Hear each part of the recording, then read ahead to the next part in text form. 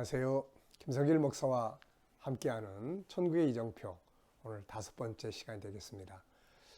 이 시간부터는 제가 이제 이 책을 들고 나왔습니다. 천국의 이정표, 제가 정리한 책입니다.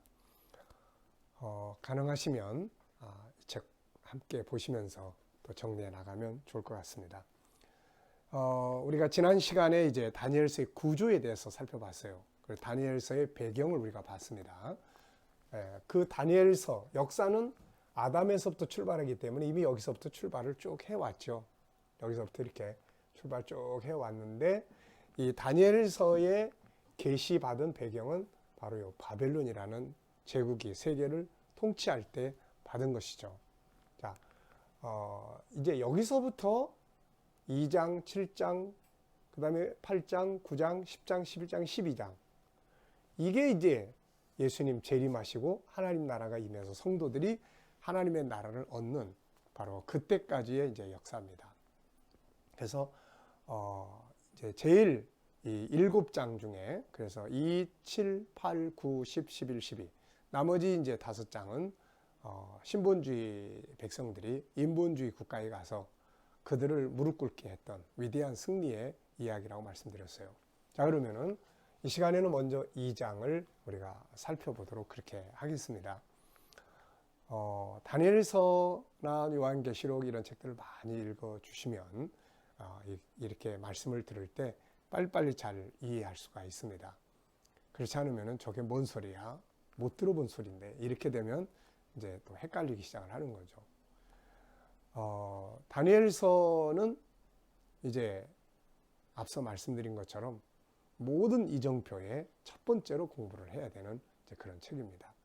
자, 그러면은 2장에 대한 내용, 사실 천국의 이정표라는 이 방대한 내용을 우리가 한 10분 남짓해서 정리한다는 게 사실은 이게 쉬운 작업은 아닙니다. 그러나 이제 여러분들이 또 많이들 읽으시고 또 들으시고 연구하신다고 하는 걸 전제로 해서 저는 여기서 간단하게 정리를 해 드리려고 합니다.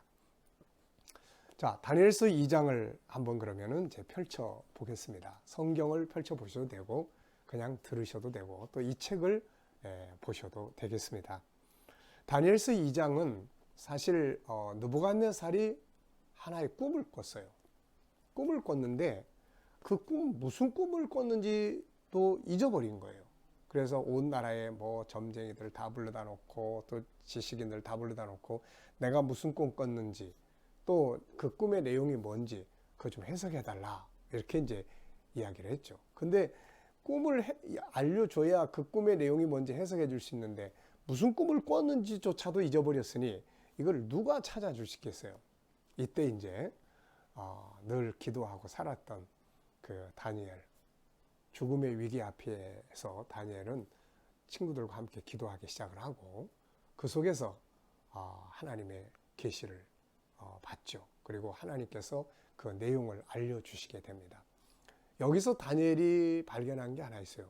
우리가 다니엘서를 통해서 발견해야 될 중요한 것이 하나 있습니다. 그것은 이 세상 나라를 통치하는 이가 이 땅의 나라들이 아니라는 거예요.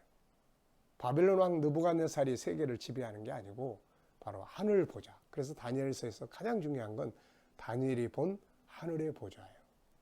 그 하늘의 보좌에 계신 이가 세상 나라를 통치하시는 것이죠. 그래서 다니엘서를 우리가 연구할 때 가장 중요한 건 세상 나라를 통치하시는 이는 하나님이시며 세상 나라를 통치하는 중심 센터는 하늘의 보좌다. 이걸 바르게 인식하는 게 제일 중요해요. 오늘 우리가 살아가는 세상의 역사도 뭐 사람들에 의해서 움직이는 것 같지만 사실은 하나님의 통치하심 속에서 진행되는 거예요. 다윗은 일찍이 이 같은 장면을 보고 시편 103편 19절에서 하나님의 하늘의 보좌를 정하시고 그 권세로 만물을 통치하신다고 말씀하신 것을 우리가 볼 수가 있습니다. 자, 그래서 다니엘서 2장은 느부갓네살이 꿈을 꿨다. 네. 그래서 우리가 다니엘서를 보시면서 이제 3가지의 중요한 내용을 정리를 해보려고 합니다. 그 첫째는 계시의 배경이에요. 계시의 배경. 하나님이 주신 이 계시의 배경이 어떻게 해서 이 계시가 등장을 하게 됐는가 하는 것이에요. 이 내용은 다니엘서 2장 29절을 보시면 이렇게 말씀하고 있어요. 왕이여, 왕이 침상에서 장래일을 생각하실 때에 은미라는 것을 나타내시니가 장래일을 왕에게 알게 하셨습니다. 느부갓네살은 세계적인 왕입니다. 참 영웅적 존재죠. 세상적으로 보면. 그러니까 이 사람이 이제 온 세계를 자기 발 아래 두고 나서 많은 생각을 했던 사람인 것 같아요. 그 뒤에 나오는 뭐 벨사살 같이 이런 방탕한 왕이 아니고 역사를 생각하는 왕이었어요. 그래서 이 왕이 이제는 온 세계를 내가 이렇게 지배할 것은 다 지배하는데 앞으로 세계는 어떻게 갈까? 세상은 어떻게 흘러가는 것일까? 역사는 어디로 가는 것일까?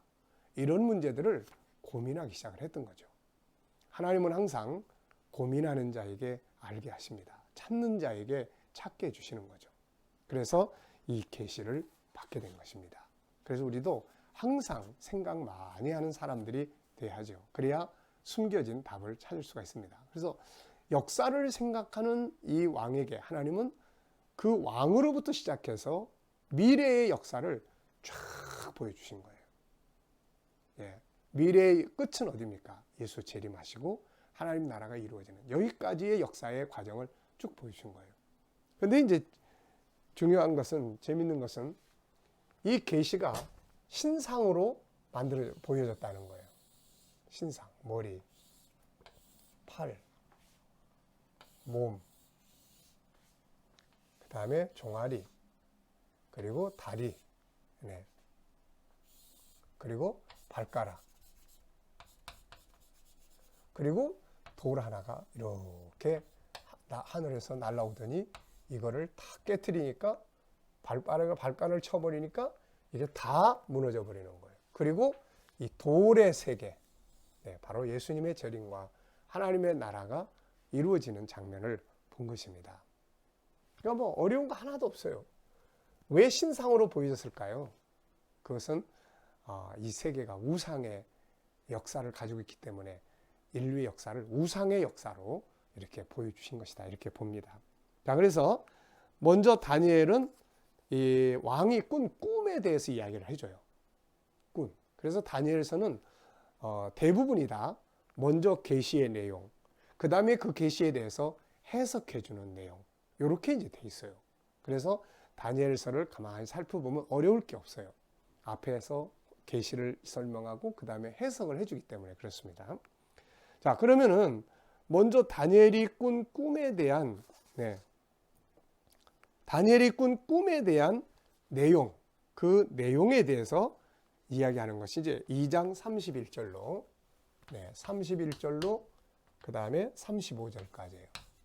요거는 이제 왕이여 왕이 이런 꿈을 꾸셨습니다 라고 이야기해 주는 거예요. 보면 왕이여 왕이 한 큰 신상을 보셨나이다. 그 신상이 왕 앞에 섰는데 크고 광채가 매우 찬란하며 그 모양이 심히 두려우니 그 우상의 머리는 순금이요. 자, 이거는 금이에요. 금. 그 다음 가슴과 두 팔은 은이요. 네, 이 가슴.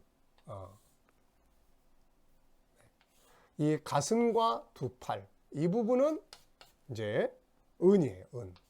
금 다음에 은. 자, 그 다음에는 배와 넓적다리.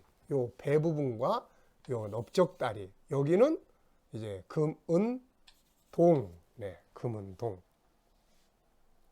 자, 노시라고 되어 있습니다. 여기는.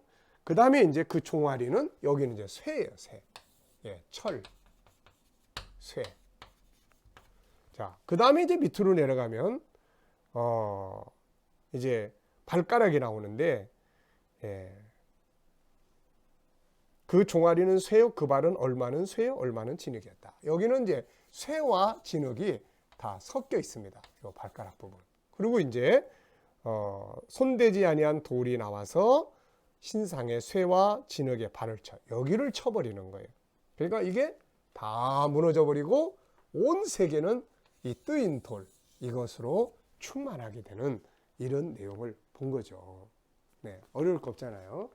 금, 은, 동, 철. 자, 그러면은 이게 뭘까요, 이거? 다니엘이 이걸 이제 해석을 합니다. 그래서 해석은 여기 보면은 36절부터 45절까지예요. 36절부터 45절까지. 자, 성경 그대로 보면 돼요. 그 꿈이 이러한즉 내가 이제 그 해석을 왕 앞에 아뢰리이다. 왕이여, 왕은 여러 왕들 중에 왕이시라. 하늘의 하나님이 나라와 권세와 능력과 영광을 왕에게 주셨고 사람들과 들짐승과 공중의 새들 어느 곳에 있는 것을 막노라 그것을 다 왕의 손에 넘기사 다 다스리게 하시니 왕은 곧 그 금머리입니다. 자, 여기는 바벨론이다 그런 말이에요. 다니엘이 참 지혜로운 사람이에요. 그래서 느부갓네살을 높이기 위해서 나라 대신에 왕입니다 이렇게 이야기하는 거예요. 그 뒤부터는 이제 나라로 설명을 해요. 그 다음에는 왕을 뒤이어 왕보다 못한 나라가 등장합니다. 네, 왕보다 못한 나라. 그러면 바벨론 다음에 등장하는 나라를 보면 쉽게 알 수 있겠죠. 바벨론 다음에 등장하는 나라가 무슨 나라입니까? 바로 메데바사죠. 메데바사. 네, 다니엘서 5장에서 바벨론을 무너뜨리고 들어온 나라죠. 그런 다음에 셋째로는 놋 같은 나라가 일어나서 온 세계를 다스립니다. 놋통. 자, 메데바사 다음에 등장한 나라는 어느 나라입니까? 바로 헬라 제국이죠. 헬라 제국. 네. 그런 다음에 넷째 나라는 강하기가 쇠 같으리니 쇠는 모든 물건을 부서뜨리고 이기는 것이라. 쇠가 모든 것을 부수는 것 같이 그 나라가 문나라를 부서뜨리고 찌을 것이며. 자, 네 번째 나라는 헬, 철. 요거는 로마 제국입니다. 이 역사가 그래서 이건 사건이에요. 역사적 사건을 다루고 있는 것입니다. 그리고 난 다음에 이제 발가락이에요. 자, 여기서부터는 이제 갈라지고 발가락은 섞입니다. 갈라지고 섞이는 시대.